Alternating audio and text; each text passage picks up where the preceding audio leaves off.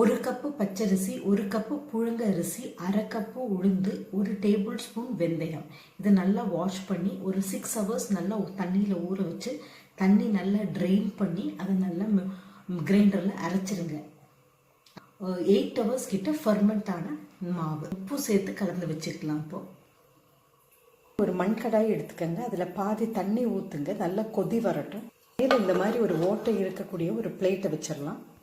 So அதுக்கு மேலே ஒரு க்ளீன் வெட் கிளாத்தை இந்த மாதிரி வச்சுக்கோங்க. ஸோ நல்லா கொதி வந்தப்புறம் அதுக்கு மேலே இட்லி மாவு நம்ம எடுத்துருங்க. ஸோ நல்லா இதுக்கு மேலே ஒரு மூடி போட்டு க்ளோஸ் பண்ணிடுங்க. ஒரு 10 மினிட்ஸ் கிட்ட வேக விட்டுறலாம். 10 மினிட்ஸ் ஆச்சு, மூடி எடுத்துடலாம். ஸோ பாருங்கள் நல்லா வெந்திருக்கு. So Ramasseri idli ready.